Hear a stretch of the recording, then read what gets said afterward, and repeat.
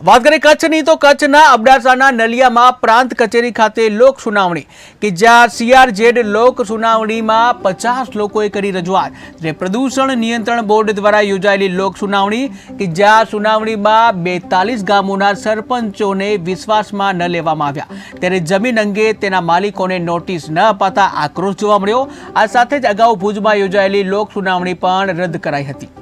CZMP એટલે જે coastal zone management plan છે, જે કોસ્ટલ એરિયાઝ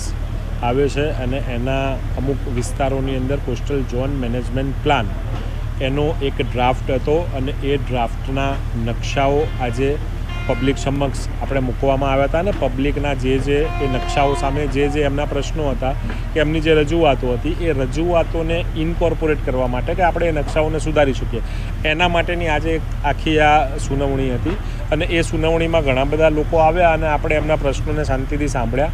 એ પ્રશ્નોને હવે આપણે ઇન્કોર્પોરેટ કરીને જે સક્ષમ ઓથોરિટી છે તે સક્ષમ ઓથોરિટી સુધી આપણે પહોંચાડીશું અને એમની જે લાગણી